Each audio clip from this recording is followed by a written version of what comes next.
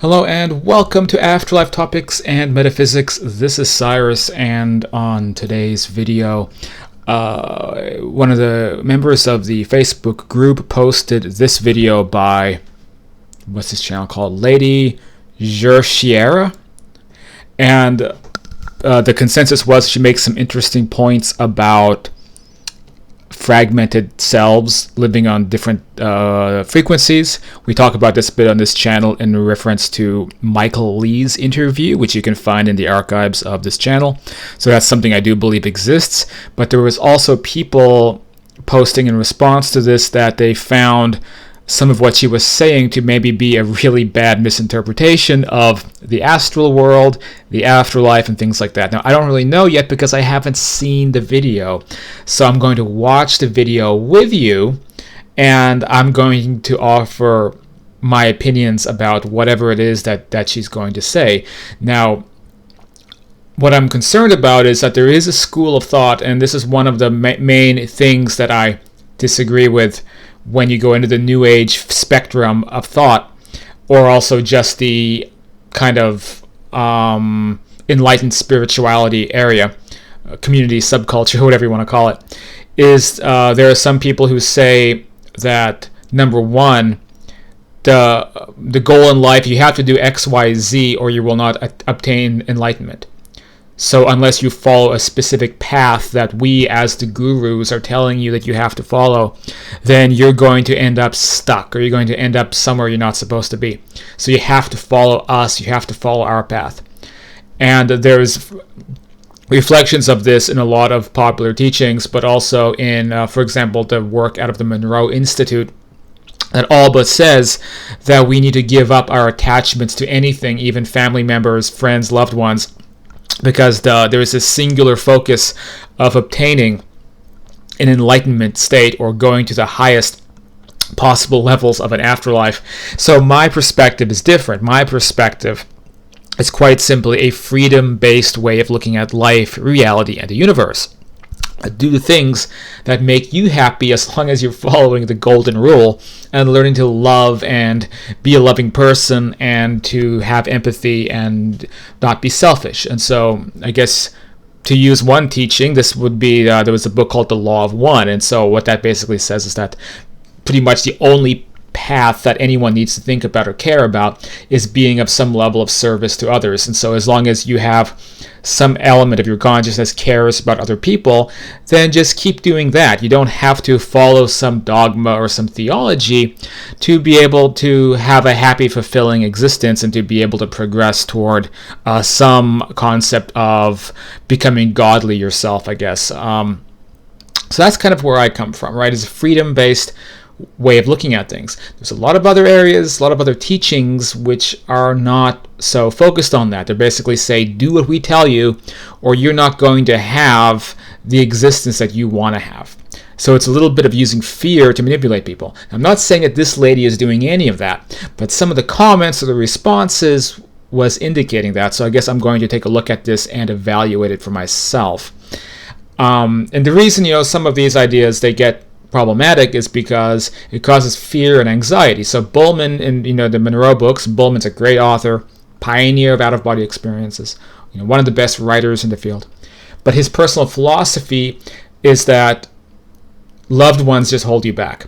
So he's somehow removing the whole concept of loving other people and using that as a way to progress and grow as a spiritual person.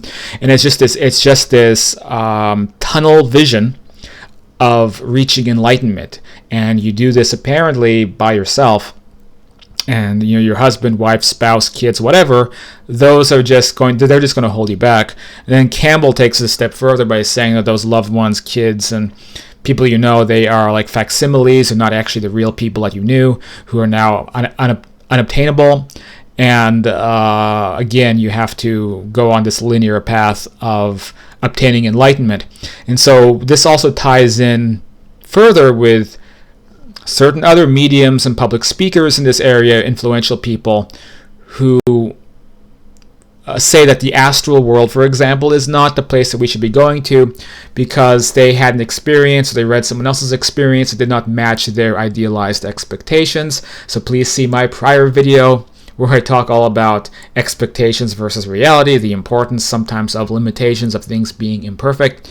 Some people, I think, especially people who maybe are perfectionists or they demand perfection out of existence, they really don't like those ideas because they want the afterlife to be pearly gates, or worshiping at the foot of God, or being in some divine existence beyond comprehension. So when you hear somebody having an astral experience that they're drinking a cup of tea with their grandma who passed away, while most of us think, oh, that's wonderful, I really love that story, there's a percentage of people who hear that and they cringe and they think, that's horrible that grandma would be sipping tea on the astral plane, because heaven is supposed to be this they have this divine expectation beyond comprehension.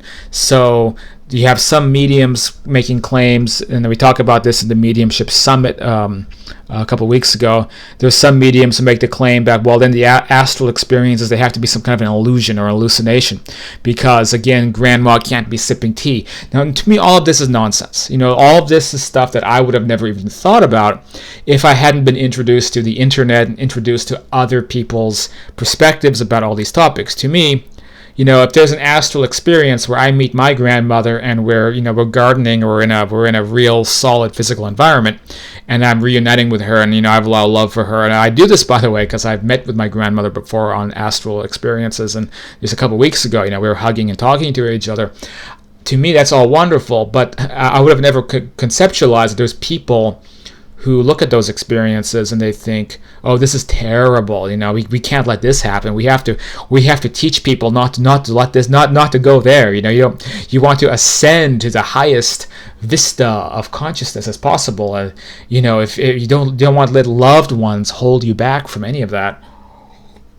Again, to me, that's just a very strange way of looking at how all this operates, and I think it's very limited. I think a lot of people who hold on to those ideas, they think that they're coming from some kind of enlightened angle, but I think they're being very terrestrial in their thinking. I think that, those of us, especially who do astral experiences, we're only touching on the surface of the other side. And actually being there, like, your whole perspective and all your priorities are going to change. So maybe people like Bullman, very talented author and OBE practitioner Bullman, maybe once he's on the other side, his priorities are going to change, because he's going to rediscover, and instead of being the Scrooge, he's going to rediscover that it's nice to have relationships with other people, that's nice to meet people, it's nice to love other people, and that love is actually the thing that can carry us upward. And for more about that, I recommend the books of Jürgen Ziva. Not that I'm saying Jürgen is better than Bullman, but these are different angles, different ways of looking at the subject, looking at reality.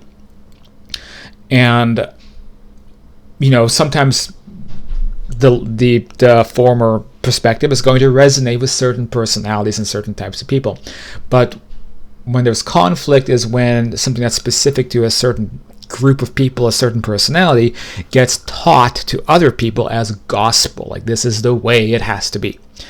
And that's what causes anxiety, causes problems. And my perspective, again, is just go back to freedom. Go to what resonates with you. So that said, that's why I'm going to look at this video, because some of the comments were saying that this is kind of falling into that latter category of having this specific perspective about enlightenment, or the astral plane isn't what we think it is, and all this kind of stuff, kind of fear-based interpretations. But I don't know. Let's listen to what Lady Jhershierra has to say, and I will offer my review, my thoughts about it. By the way, this video is unedited, so if dogs start barking, if the doorbell rings, can't do much about it. I'm probably not going to go into Adobe Premiere and cut the video up, and that'll take all day. And also, if you're watching this channel, if you like what I have to say, if you like my perspectives about things, or my books, or my communities, go down and hit that subscribe button and like this video. It really helps keep things going. Okay. Today we're going to be talking about our dreams and our fragmented selves. We have many selves that we process and use, and most of them are hidden from us in the astral worlds. And most of our dreams We are dreaming as our hidden astral selves. So far, I agree with what she's saying, but I would say be careful of using the terminology dream. There's a big separation between dreaming and being on the astral plane. When you're on the astral plane and you see somebody who's dreaming, you will notice because they're sleepwalking, they're mumbling to themselves, it's like they're caught in an hallucination. And when you're truly on the astral plane, you can see that distinction. You can look at other people who are dreaming and you can realize that they are like, sleepwalking on the astral plane. It creates this misconception that the astral plane is like a dream, but it's not. The astral plane is any physical, tangible, human-like afterlife environment. We use the terminology astral because I don't really know why. So we want to talk about the fact that we are fragmented and how we can integrate these hidden selves or raise their vibrations up or dissolve and consume what is causing them. Because we want to graduate out of the astral worlds. As I've said in many videos, 99% of humanity die and go into the astral purgatory worlds. The astral is not a purgatory world. The astral is the almost infinite spectrum of the multiverse. So already this lady is trying to box an almost infinite subject in.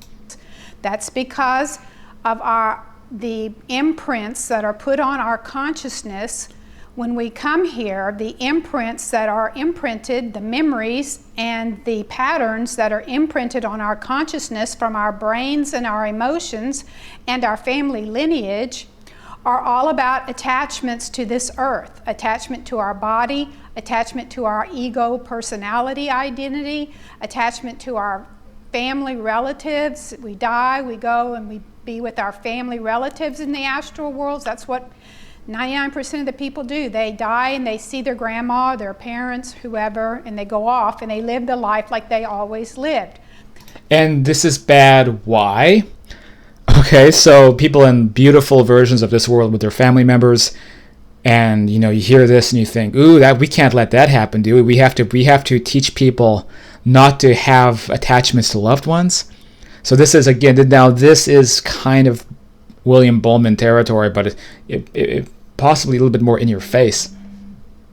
But the thing about that living that life as you always lived is you're living that consciousness. The brain is no longer functioning because your body is dead. Completely irrelevant because the brain is just a processor, and if we have some kind of an astral brain functioning that's still filtering consciousness, it's going to come from an even more pure form than what we're experiencing right now, stuck in the physical brain. So what does that have to do with anything? So this brain is not functioning, but you have the memory imprints. You don't. Are you a materialist? Why would the brain functioning or not functioning have anything to do with our consciousness outside of the brain, where you basically have access to anything in a completely pure way? You don't. You're not being filtered down by the brain. So the brain not working is the opposite of what she's saying. It's going to crystallize your consciousness, crystallize your memories. It's not going to inhibit them, if that's what she's saying. That have moved in fully into the astral worlds, and these memory imprints with your consciousness. Now your consciousness is running and growing in the astral worlds, or repeating the same patterns in the astral worlds from its memory imprint. So most of our dreaming is with these hidden selves, and most of our hidden selves are not something we really want to have in the astral worlds, because our hidden selves are out of our control of our conscious waking self. And of course, when you are conscious and waking, you monitor your behavior, or hopefully you do, and you don't have addictions. You're not addicted to smoking, you're not addicted to alcohol, to drugs, to sex, to food. If you have those addictions in your waking state, it is just continuously reinforcing these So I agree, we should not be addicted to things. Okay, in general, that's a very dark path. Both my parents passed away due to addiction issues. But I want to just mention here, this is part of the New Age theology, if you want to use that terminology, of kind of New Age Puritanism. It's very easy to go from saying don't be addicted to food, sex, or anything we enjoy here, to just saying don't enjoy food, sex, a drink occasionally, hanging out with friends, socializing, cooking, taking walks in the woods, whatever it may be. There's this very narrow path between saying don't be addicted and like don't do these things at all, and then further we should shame people who do enjoy any of those things, which is something I've seen in the New Age communities again and again. It's like this moral puritanism that crops up. They don't understand that it's possible to express yourself and have creativity and enjoy existence in all these different ways without being like negatively addicted to the things that you enjoy. And so they blend these ideas together until it's basically like, don't do anything in this world that you could possibly enjoy. The purpose of life is to merge with source consciousness, become a blob of light. And I'm not saying that's what this lady is saying, but I just want to say how those ideas put some people on that train of thought. I gotta say I'm not terribly impressed by what I'm hearing so far, so it wouldn't surprise me if that's the direction things are going to go with what she's saying right now. But maybe not. I don't know. Patterns into your astral body. And once you've let go of those addictions, you still have those memory patterns in your consciousness dwelling in the astral bodies. So some people say about their dreams, I quit smoking 20 years ago, but yet in the dream plane, I'm smoking. That's because that predominant memory that was imprinted on your consciousness is still active. It's not a memory imprint. What it is that it's just your memory, it's just your impulses, okay? And you have to approach these things from a psychological perspective. All of reality is kind of constructed based on psychology. If someone smokes cigarettes on this world and they have to quit, and it was a big problem. If you're getting memories of existence happening on the astral world, and it's not a dream, if it's a dream, that's a whole different story. But if you're having impressions of an astral life, which most of us have parallel lives on the astral world, and then we interpret those lives down, it trickles down into our memory, and sometimes we interpret them as dreams. Well, on the astral world, guess what? There is no lung cancer. It's like this world, but it's much, much more refined and better than this world. And so someone who had to quit smoking cigarettes here may find that they can smoke cigarettes there. There's no consequence. Now, is there a downside to this because they're getting negatively attached to a fixation instead of growing and becoming a better person? That could be an issue. I don't think it's wise to take an actual addiction with you into that side. So, again, if you're, for example, addicted to alcohol, I've been on the astral side. I've seen my father drinking alcohol and stumbling around drunk. Still a big problem. We all have to work on ourselves on a level of personal growth and self-development. But her interpretation, I don't know where she's going with all this. I don't think it's accurate. These aren't like some kind of like a memory engram thing that's just stuck to someone like a thorn or like a piece of cactus, and then you can't get rid of it because you're on the astral world. I mean, it's all just about psychology.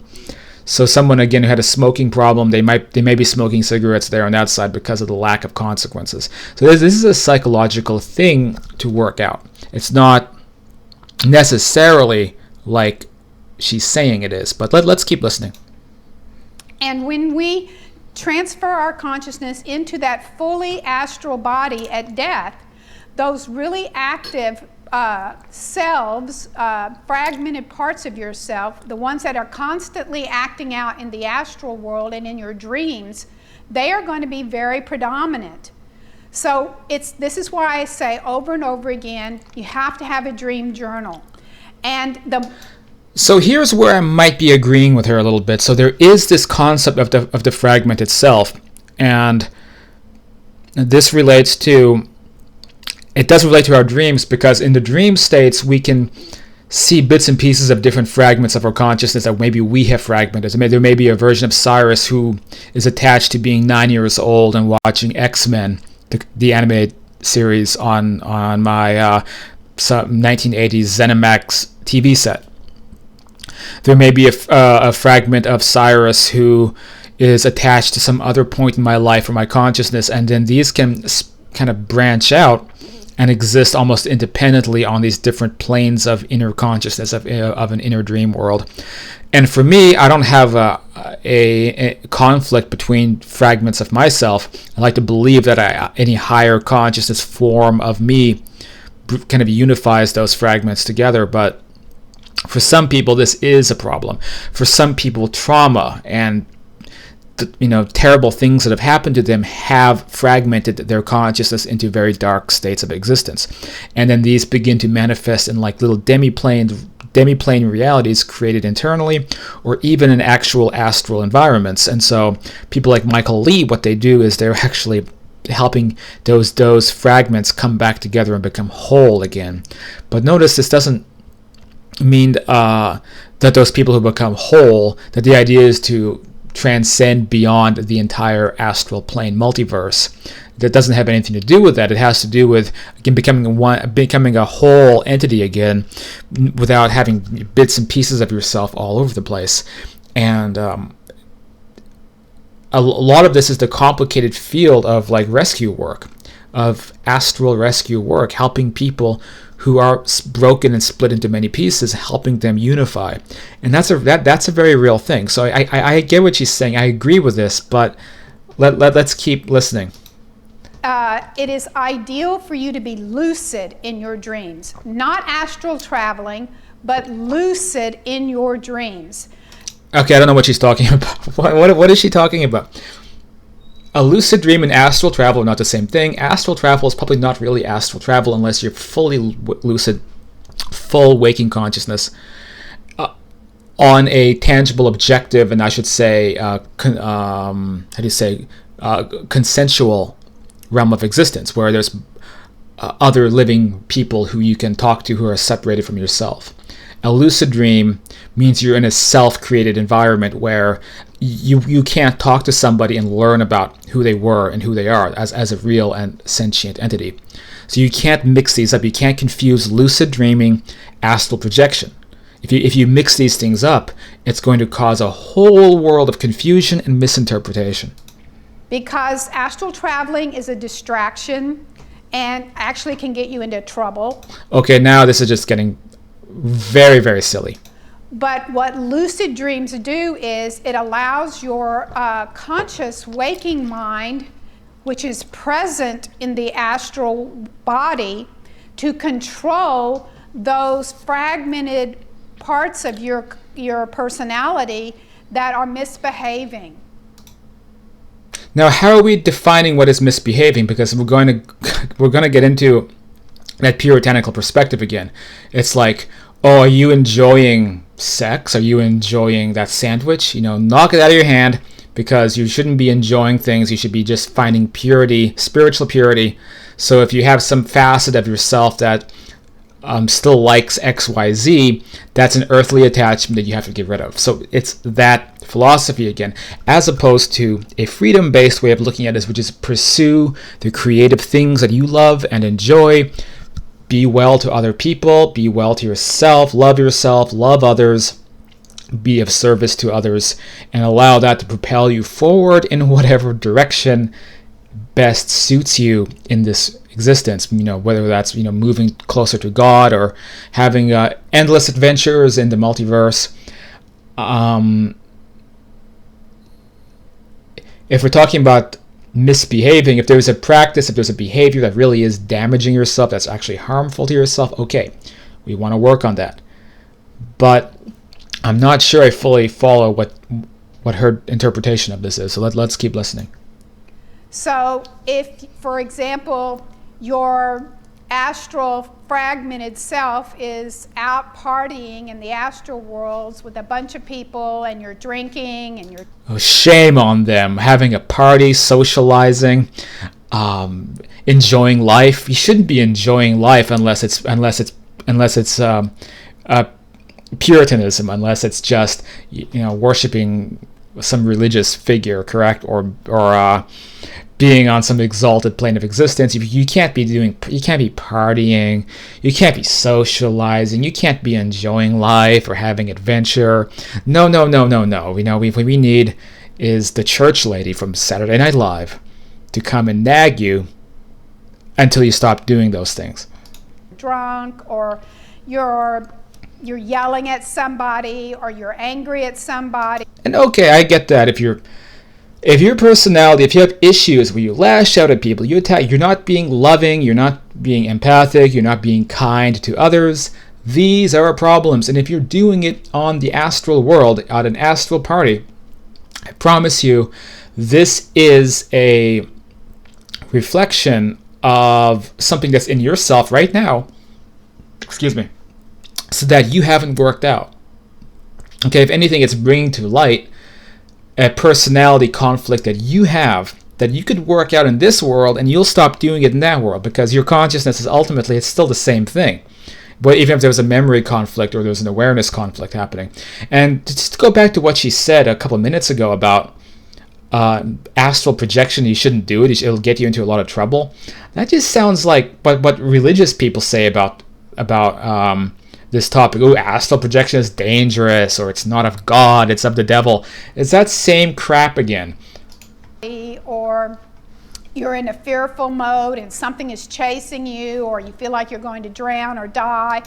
Again, she's conflating astral projection experiences and dreams. When you have disjointed dreams where you're fearful or something's chasing you, these are psychological states and has nothing to do with being in a consensus environment on the astral plane. So this lady has really mixed up these terminologies. That it's not astral projection if you're having a bad dream where something's chasing you. My deceased mother really pointed out to me, because one time I was confusing a dream and an astral state, and so I had a dream that my father built some big temple outside the house or something weird like that. And it was a very realistic dream, and then that segued into me waking up on my bed on the astral plane in the astral house where I often see my parents. And then I asked my mom, hey, did my dad build a big temple outside? My mom's like, no, sweetie, you're dreaming. Okay, you're awake right now, you're with us right now, where we really are, but sometimes you're dreaming and you're confusing these two different states. So this was my deceased mom, what she told me. So we can't mix up these different states. As someone who is talented in the astral area or educated in these matters understands those important differences. All of these patterns in the dream world, for a lot of people, are unconscious. In other words, they're not lucid. And so these fragmented parts of themselves just play out, and they keep reinforcing the astral world. Okay, I mean, look, I kind of get what she's saying. I understand that. So the reason lucidity, being lucid in your dreams, is so important, because you want to put a stop to that. If you wake up and become lucid in your dream, and you're sitting there with a cigarette in your hand, you can put it down. You can take it and put it out. You can. Okay, so what's going on is that people on the astral side who are living here are sometimes halfway conscious and halfway kind of in that sleepwalking state. And then the lucid dream states consist of all these psychological states, kind of like she's saying. So dream states, it's all subconscious stuff being brought up to the surface, right?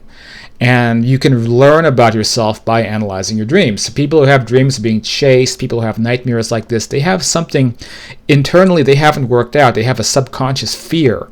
They have something that's really gnawing at them. And yes, you can carry those states with you, not only in the astral world, but also this world. So if you meet someone who has reoccurring nightmares, or they're being chased or they're drowning, here in this world, I can almost guarantee you this is somebody who has an anxiety problem of some kind, who, when their subconscious mind has the ability to operate freely, then it's going to begin manifesting all of that. And on the astral side, when you're kind of partially in that world and partially in a dreamscape, then those subconscious issues can come to the surface. And yes, lucid dreaming is a good way to rectify some of that, but more importantly, I think it has to do with growing as a person, allowing your your character, your identity, who you are, to expand, to be able to consciously, even in this world, get through some of those fears and anxieties and traumas, maybe through therapy, or there's different ways to go about it. So it's definitely a long process. But it doesn't necessarily mean that the fault is astral projection, or astral projection is a bad thing, or that that the reason you're smoking a cigarette on the astral plane is any different than why you'd be smoking a cigarette on this plane. It's just your consciousness, your psychology is transferring from here to there, and you have subconscious states, which are dream states, sometimes coming to the surface, and it can happen on the astral spectrum. It can even happen on this world.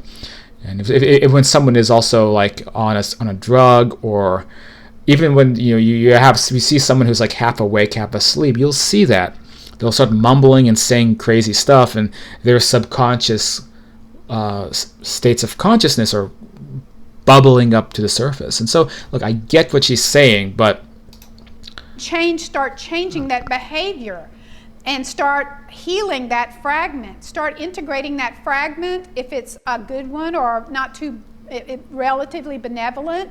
But mostly those fragments need healing, not so much integrating until they're healed, or some of them just totally need to be eliminated.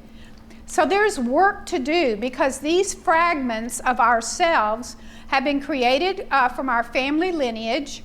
They're created by the way our families and the world around us trained us and indoctrinated us. They're created by our seductions and our addictions. And so now this fresh piece of consciousness that you were given at birth has lineage memory implants into it, has the world environment implanted into it, has your behaviors and addictions and fears and all that imprinted into it. All those imprints now that have been created from your brain and your nervous system, your emotions, your environment, that all is what is creating the astral world where you go when you die. And if the predominant amount of that energy is very low vibration, it's not creating the astral world, it's influencing your conditions for yourself, just like it's on this world. So your psychological state is influencing your reality, the decisions you make, and who you are as a person, right? So self-growth, self-development is about waking up, being aware of yourself, being able to overcome traumas and things that are ingrained in your personality. So we do that here, we can do that there. On the astral side, it's correct. There's a lot of people who are not necessarily happy. There's a lot of people stuck in their old patterns of thinking, their old ways of behaving, their old bad habits, it's true, addictions as well. And the reason is because they're taking who they were here into that side. If you fix these issues on this world, you will not carry it with you into that world, because you're going to be the same person when you cross over. Likewise, you can have all these issues on this side, take it with you into that world, and then there may be better resources to get over these issues, to find healing, to get past certain traumas. I think the resources on that side are innumerable. There's so many different ways you can heal, grow, and develop yourself on the astral spectrum, because that's what existence is all about on that side. It's all about spiritual discovery, growth, and things like that. So there's whole institutions dedicated to things like that. So that is the challenge. But this particular interpretation, I feel a little bit iffy about, but let's keep listening. Vibrational fragments of yourself, you're going to transfer over into the astral worlds with your addictions still there, with your fears still there, with all of these patterns, because they are imprinted on this consciousness which shifts. Remember, consciousness is attached to our blueprint. Our blueprint is multidimensional. But consciousness you are responsible for this piece of consciousness you were given. And so it has all this imprint put on it. And if you don't clean up these memories that you have and these imprints that you have, these are the predominant energies that you're now dealing with when you go over to the other side. So we're kind of on the same page about some of this. It's just we're dealing with all that right now. Okay, so if you take someone in this world who's unhappy, full of addictions, and full of traumas, and their mind is fragmented in this reality, and then you take them into that reality, it's going to be the same thing. If you take somebody on this side who has a higher, spiritual sense of purpose in life, and has a level of service to others, doesn't operate selfishly, has overcome a lot of past wounds, has practiced self-forgiveness, self-healing, you take them to that side, and then they're going to be in a much better shape. You take someone from this side who has all these issues, you take them to that side, sometimes that's how they get past all of these issues. So this is why we talk about the life review. It's why so many experience that the purpose of the life review is to help people work these things out as soon as they cross over, so that they can go into that next life with far fewer hang-ups and psychological issues and fragmentations and things like that. Very, very often, people who are kind of miserable in this life, they go to that life and they get cured of many of these problems, but not everybody. Anyone who does astral exploration, like myself, will see many unhappy people. It's unfortunately their responsibility to overcome those problems one way or another, and sometimes just from being fed up with living a less than adequate life and wanting to be happier or wanting to find greater joy in life. But we can do that in this world or that world. So it's not one of these things where if you don't follow XYZ path, you won't be able to be happy or have a fulfilling existence on that side. It's just, it's just about self-growth and self-development. So it's a long detour to kind of come back around to the same principles again. Transfer to the astral worlds. And so that's why people constantly are met with their grandparents and their dead relatives, because that's such a strong memory. It's a strong attachment. That's why even if you quit smoking or... Okay, this is where I really disagree with her. So having loving relationships with people in your life who you love, this is not an attachment or something to be shameful about. That's literally, again, what the Monroe Institute says, what I talked about in the preamble to this video. And I hadn't even seen this video, and I was referencing meeting grandmother, and then sure enough, she's actually talking about why it's a bad thing to meet your grandmother when you pass away. So what are we supposed to do, lady? Are we supposed to, when we meet grandma, we're like, namaste, but grandma, you are just an attachment in my life, and I need to move on from you. Thank you for your time. Take care. I'm sorry whether you're on the astral plane or this plane. That kind of makes you a dick. There's no way around that. Loving other people and having loving relationships with people, that's the thing that is actually helping us grow as people. Now, we don't want to be in codependent relationships. We don't want to give power to narcissists, but meaningful connections is what makes existence what it is. It's what makes reality what it is. What's the lesson from every near-death experience out there, right? It's about love. It's about loving each other, loving other people, learning to love. And what do we get when we go on some linear path of enlightenment and say goodbye to grandma because she's just an attachment? Well, you're basically cutting out what makes life meaningful to begin with.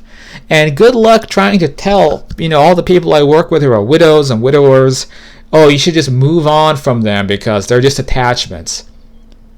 I think this is just a gross confusion about, I don't know, just like life 101. It's like, how bad do your relationships have to be to begin projecting this philosophy onto other people? Quit doing alcohol. If you still play those fragmented selves out in the dream world, that energy is still with you when you transfer over. So it's only playing out in the dream world because it's already in your subconscious mind playing out in this world. So it's not... Anyway, let's just keep listening. Let's say you quit drinking alcohol in your 20s, and now you die in your 60s. So there is a good history there of a new imprint that's happening at this conscious level.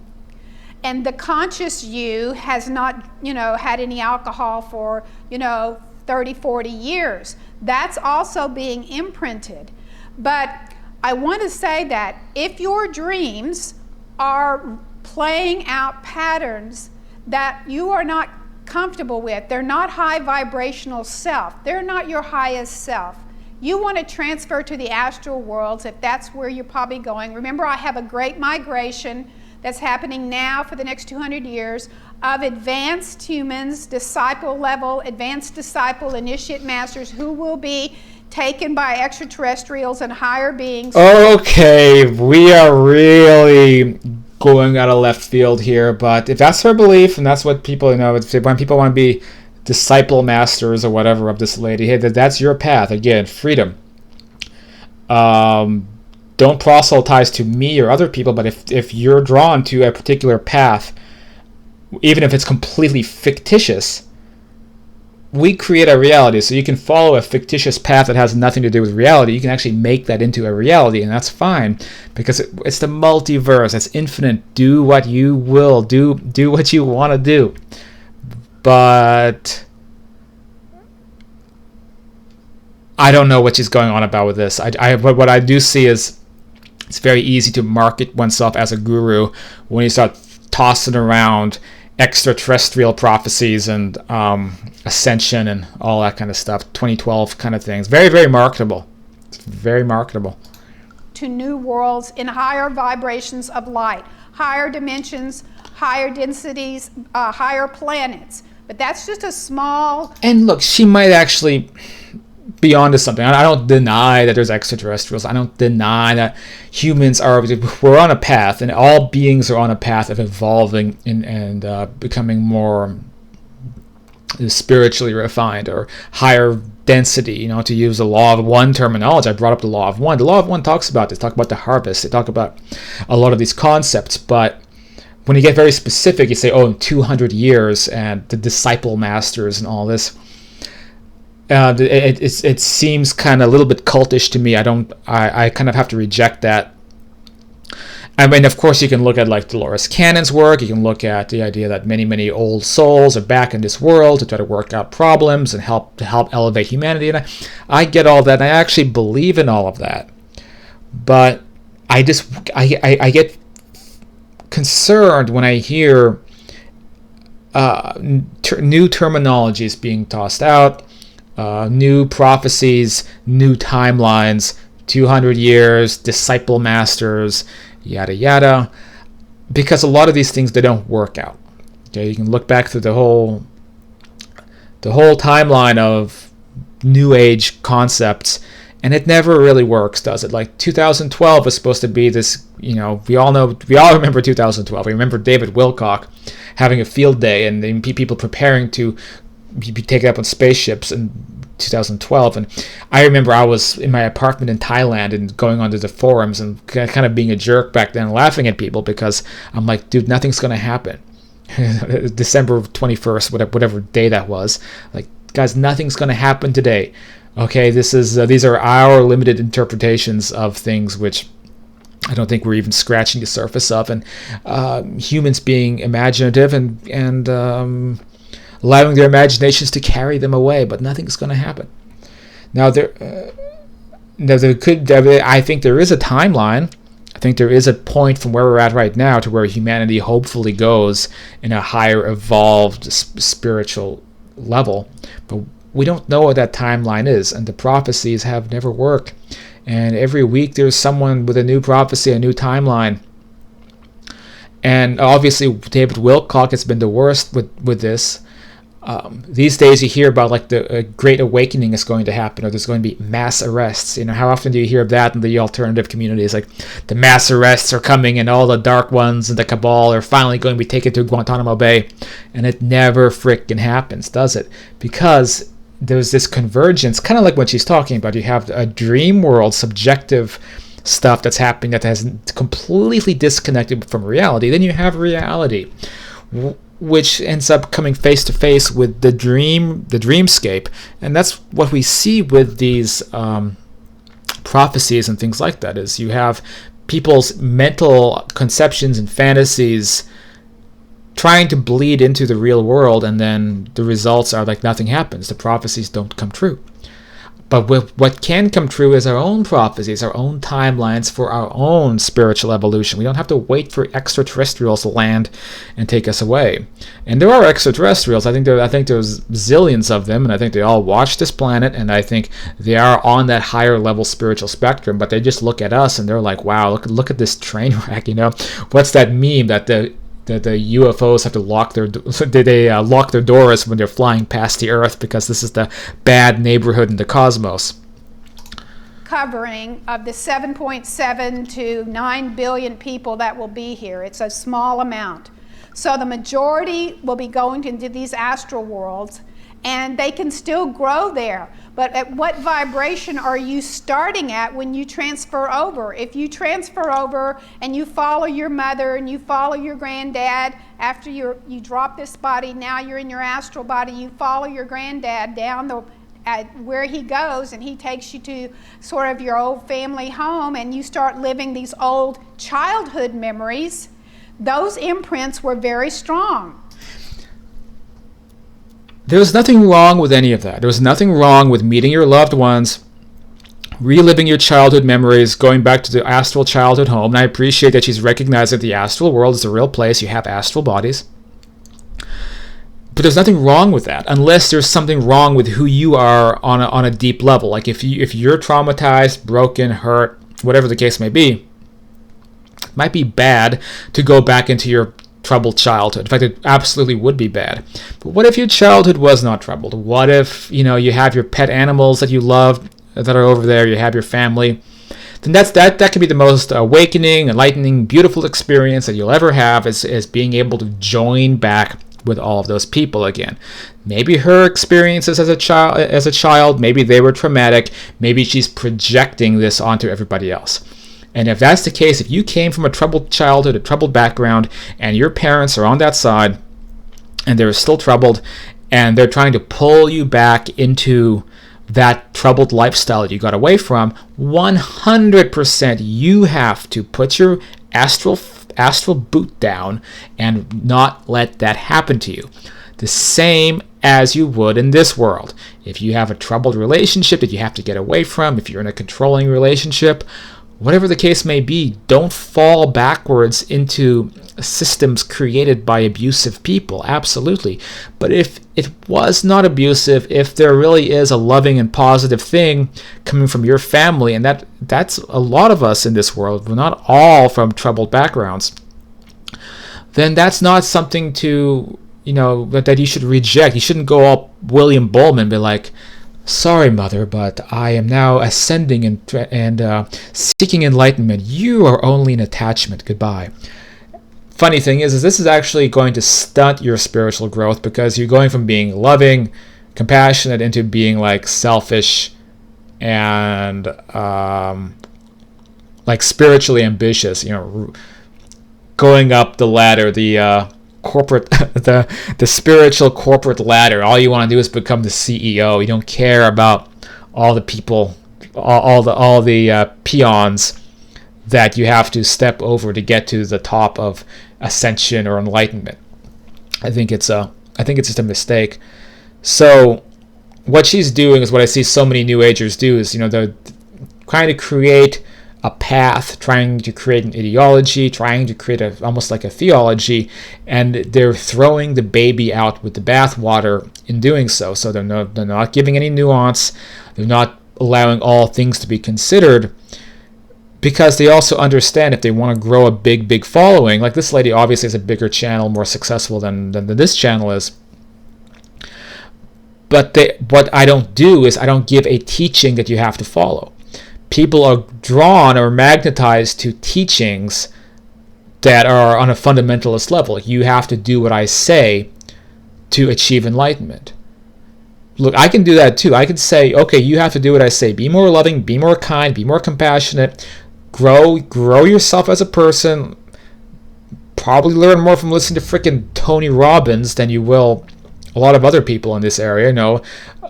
Stuff that relates to this world. Self-growth, self-development, inner success in your personal life, success in your professional life.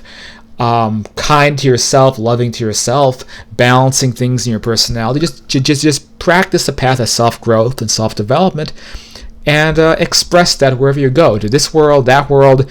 Meet people, love them, forgive them, but don't let people suck you into their web. Stay independent. It's like self-growth, self-development principles. That's the path to follow in life. But you never want to just fundamentally say, when you see grandma, tell her adios because she's an attachment. You never want to do that. Okay, that's basically joining a cult.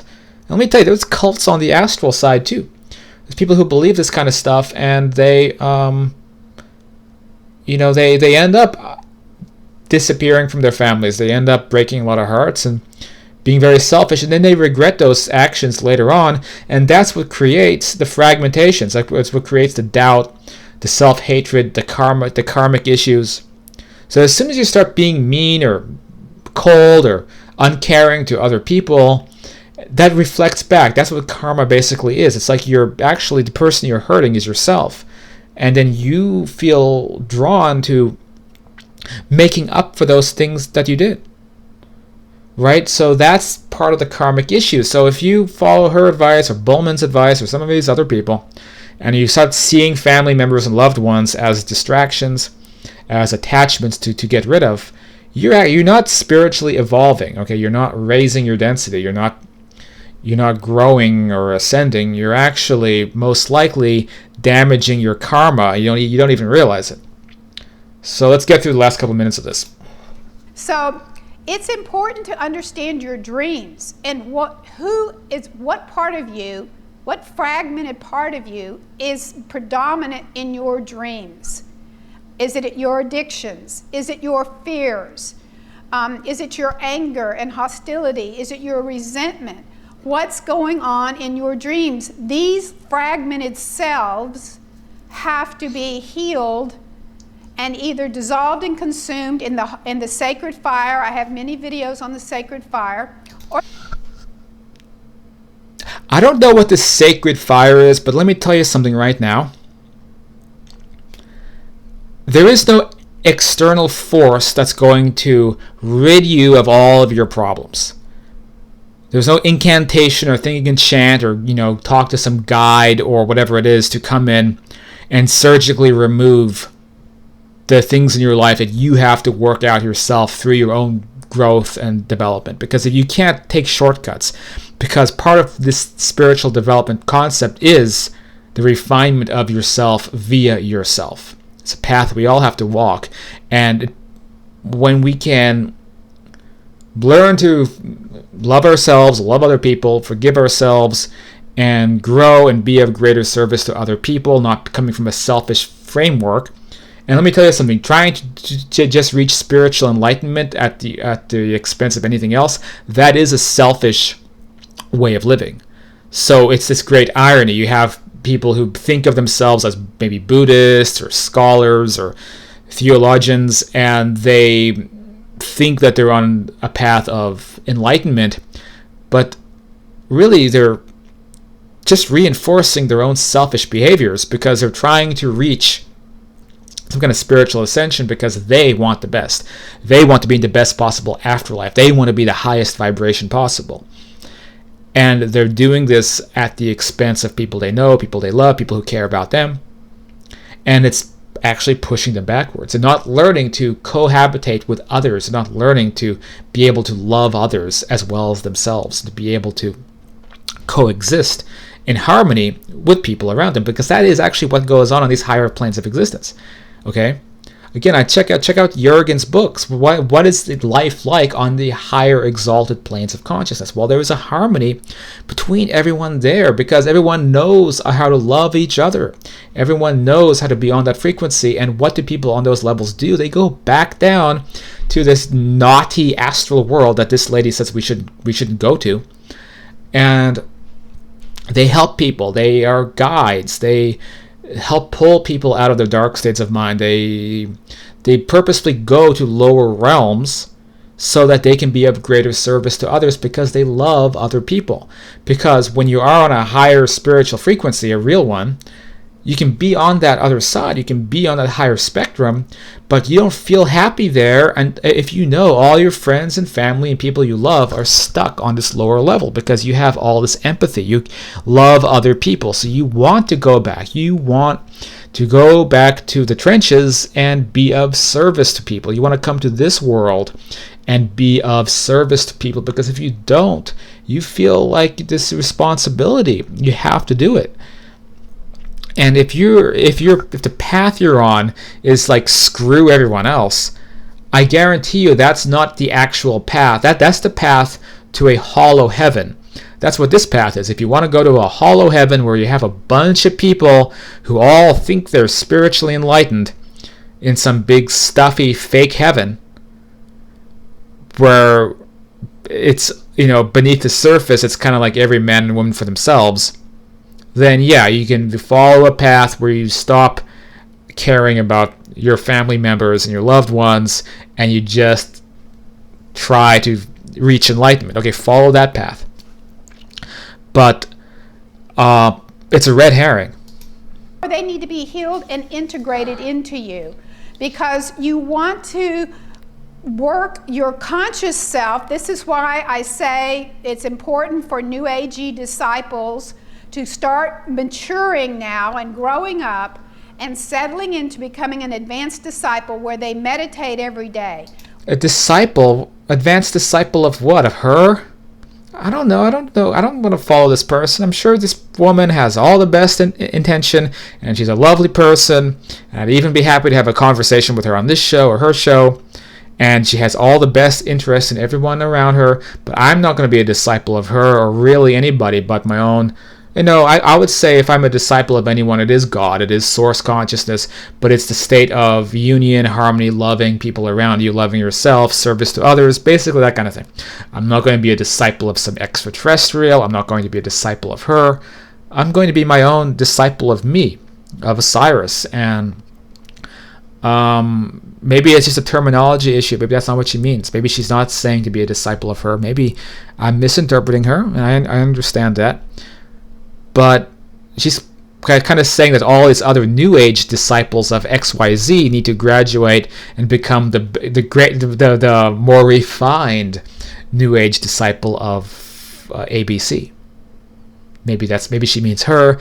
Maybe she means these extraterrestrials. I don't know. But just cut this disciple shit out of your own mental vocabulary. Don't try to become a disciple of a guru, because when you do that, you're setting yourself up to go on a path to follow some entity into, again, what usually happens are these hollow heavens, the hollow heaven phenomenon. And why not embrace freedom? Why not embrace your own path? Where they do mindfulness. And mindfulness is all day long. You are mindful of the patterns you are experiencing and you are creating. Because in your waking state, you need to imprint new memories, new patterns of consciousness, new patterns into your consciousness.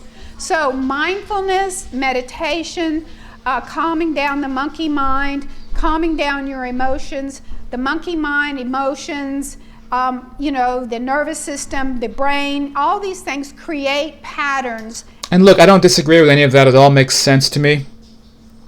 But the issue sometimes with these types of videos or movements or with a lot of gurus out there, and hell, maybe I am also part of the problem. Maybe this is things that I've done, but you'll get truth mixed in with fiction. So yeah, anyone can agree mindfulness is part of the path of spiritual awakening, spiritual self-discovery, self-growth, and all that.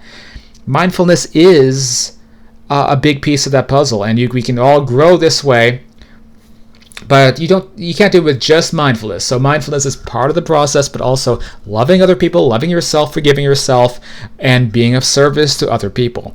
So some people want to obtain some kind of spiritual enlightenment, again, by taking other people out of the equation. But you can't do it with just mindfulness. Mindfulness is a big way to get there, but you can't expect to actually become a more loving, compassionate person just with your mind, just with being conscious of the world around you, or being attuned to higher frequencies or higher vibrations.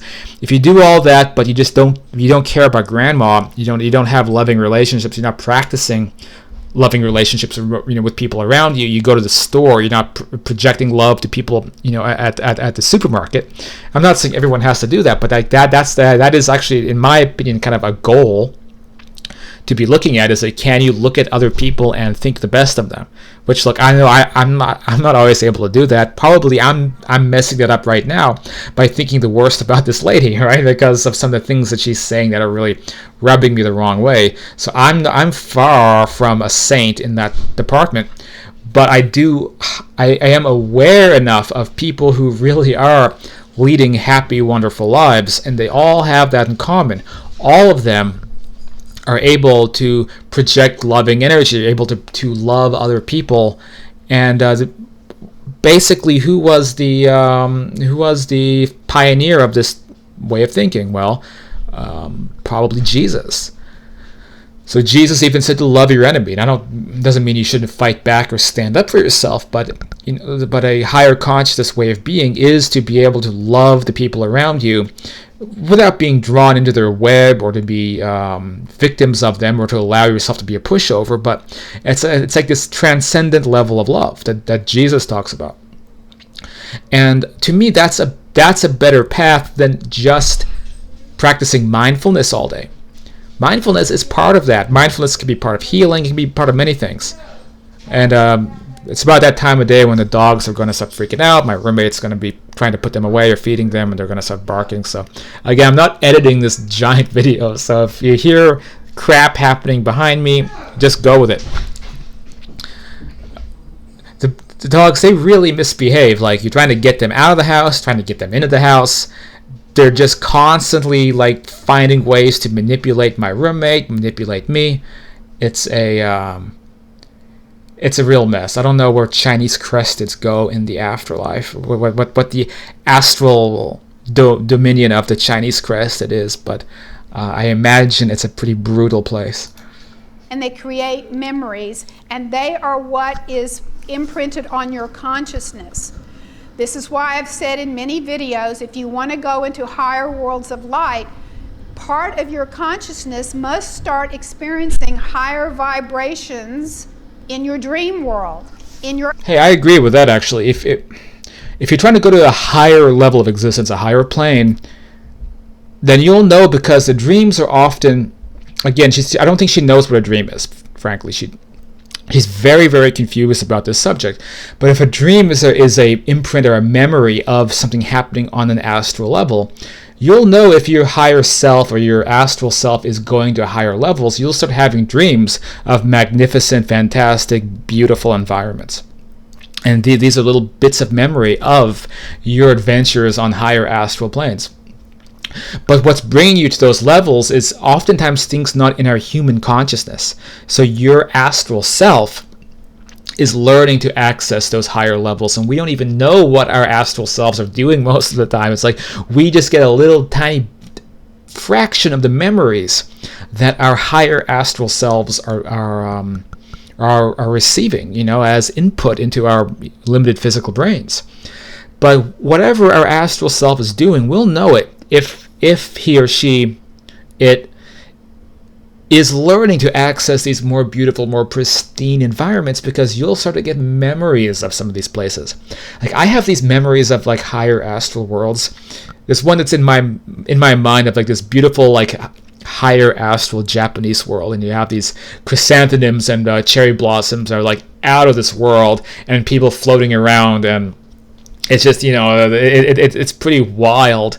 And I don't have the conscious memory of when I was there, like what the specific astral experience was, but it's in my memory, and I often think about that place if I'm stressed or I need to reconnect with something that's much greater than myself. I take myself to that higher astral spectrum, but I can't pinpoint when and where it happened, but I know that my astral self at some point had been to that place.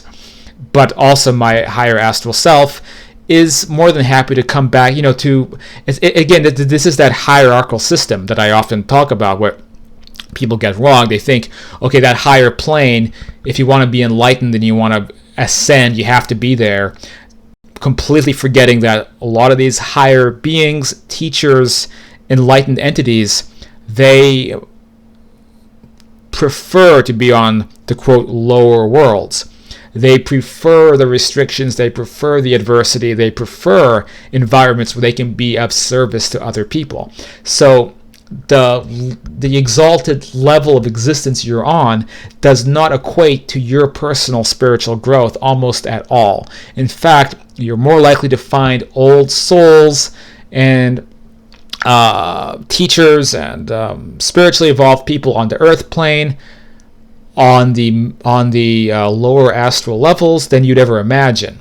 I mean, yeah, they all come from the higher spectrum, but you'd be amazed how many of them choose to be in this bad place that she says that we should avoid, which is I guess we could call it, because she doesn't quite understand the terminology, but the middle astral level, the earth-like worlds, the stuff that probably she would think of as impure, not good enough, or not exalted enough. But those are exactly the conditions that a lot of teachers and a lot of people on a spiritual quest in life, where they prefer to be, because that's how you grow. That's how you become a more loving person, is that you put yourself in those conditions. Okay, do people practice in this world, social work, or they go to countries that are ravaged by war or illness or famine, and then that's where they go to help people. That's how they can assist people who need to be assisted. Then, if you get to a place in life where you know you can help your fellow man, does that mean you're going to spend the rest of your life out here in frickin' West Hollywood or Malibu and living in some exalted mansion and eating, sitting around eating bonbons and being with all the other very successful people? It's kind of the Hollywood hypocrisy, right? It's like, well, I've elevated myself to this position in society and life, and now I get to just sit around and enjoy the good life with all the other spiritually enlightened people. That's not the way people who actually are coming from a spiritual perspective are operating. You will find them in the slums of India. You'll find them in Africa. You'll find them in frickin' Central Asia, in war zones, in famine-riddled places, helping people who have terrible viruses and illnesses. The people who are connected to being of service to others, that's where you'll find them, not necessarily in the most exalted environments possible. Astral travel, you need to be going into these higher frequencies. You need to be meeting these higher beings. You need to be experiencing what it's like to have a fourth density or fifth density. You need to be at that level within yourself. You need to be a fourth or fifth density within your psychological framework to be able to access those places. You're not going to get there by praying to a higher entity to pull you into that world. If you become more loving and more service to other people and more on that path, it's going to naturally happen. Right? You'll just naturally gain access to those types of environments. That's the way that it seems to work over there. State of mind opens the doorways. So I don't think mindfulness, for example, by itself is going to get you access. Become a more loving person, and those doors will naturally open because you'll be able to harmonize with people who live on those levels. And then once you can harmonize with them, then you're able to go into their environments and it's not going to repel you. Like there's almost a magnetic pull that will kick you out of those worlds if you have nothing in common with the people on those levels. So you can't get out of this by taking shortcuts. You have to do the work. And I'm sure she would agree with me. Okay, I'm not saying that she thinks the opposite of that. What I'm saying is that there's some misconceptions and things that is a very well-intentioned, I think, very lovely person maybe it needs to rethink. And I'm not saying I'm a guru either. I don't, I'm a guy who has a lot of experiences, studies a lot of stuff, talks to a lot of dead people, gets a basic idea about things. But I'm not a guru. What I'm saying is that she's not a guru either. Freaking David Wilcock's not a guru. Freaking even the Law of One book that I think is very influential. And, she's using some of that same terminology because that's a good framework for understanding the path we're all on. But whatever, like E.T. Race allegedly wrote that Raw, and I don't know Raw's real name, some bug-faced alien. I'm just picking on them, some higher dimensional lovely entity who wrote that book allegedly through a channeled medium. They're not a guru either. What the Law of One basically says, no, not basically, Law of One distinctly says is don't think of me as a guru, don't make a religion out of me. This is just the principles that apply to everyone. It doesn't matter who's saying it. Anyway, oh my God, let's just get through this. Body. But while that may be happening, but at the same time or way before that happens, we have to get mindful of what we're creating every day. Every day puts an imprint on your consciousness. How was that day for you? Are you reinforcing fear patterns, anger patterns, resentment patterns? Are you constantly smoking? Are you drinking? Are you eating too much and just trying to satisfy this emptiness inside of you? I think I'm going to leave the video on this point because it's such a positive note. It's something I really agree with, and I want to leave it on a positive note. I don't know how she's going to wrap up the last minute and a half of the video, so I think it's better this way. I totally agree. Every single day is an opportunity to take your life to the next level. If there's negative things, and again, it's not about, grandma's an attachment. You need to move on from her like she and Bullman and other people say. If there's a negative thing that is pulling you back, those are the things that we have to consciously find a way to separate from. So if it's smoking, if it's alcohol, if it's your uncle who gaslights you and is a narcissist, you can love things and then totally separate from them, because it's toxic and damaging to you. Any therapist, any psychiatrist will tell people this variation of the same thing. And every day is an opportunity to heal from old wounds, to heal from traumas, to heal from, heal fractured versions of oneself, to be able to look forward to the future, and to also do what this very well-intentioned, well-meaning, and smart, wise, lovely woman is failing to recognize, which is to love other people. You can go. I'm going to go walk to the dollar store. When you see people, practice non-judgment and compassion and love. So, you see someone there who looks like they look really mean. Don't look at them and think, oh, this reminds me of my abusive uncle. Just think, they're on their path. I give them love. I'm not going to be, fall into their web of narcissism or crazy behavior, but I recognize that buried within is their own higher self, their own perfect entity that's like screaming to get out. And you can see the best in people, and when you see the best in people, they'll see the best in you, and then your relationships will blossom. Obviously, look, I'm not a guru at that. Again, I'm probably seeing the worst in this lady, and that's a problem that of my doing. But you also have to have the ability to recognize things that don't sit right, can cause confusion, trauma, stress, etc. Because part of me practicing empathy for others is I don't want people to end up confused, full of stress and anxiety, or on a path that's going to hurt them. So that's why I have to be firm, and I have to be strong, and I have to point these things out on this channel with my limited audience or people who read my books, because I'm just trying to inject common sense into some of these areas so that people don't live in fear that they're going to die and never see their loved ones again because they're all illusions, or they have to say goodbye to their spouse and their kids and grandma and parents because they're all attachments, so we have to be free of attachment, or whatever these philosophies and paths are that cause so many people grief and fear and anxiety. if I have to be kind of hard on people, or sometimes inject my own thoughts and opinions, which might seem a little bit mean, this is where sometimes you have to balance that. So it doesn't mean that, like, I don't like this person or I don't like that person, or I think, for example, William Bowman is not a good teacher. I actually think they all are. It's just that I think that we should automatically be skeptical of certain paths that we get told we have to follow. So if you hear someone saying, okay, the 200 years is going to be extraterrestrials landing, and we have to become the next level disciple to be able to join them, so we have to practice XYZ, the default setting when we hear stuff like that, it should be, okay, how does this relate to common sense? Golden rule, service to others, kindness, compassion, growing as a person, because I might not need any of the other stuff.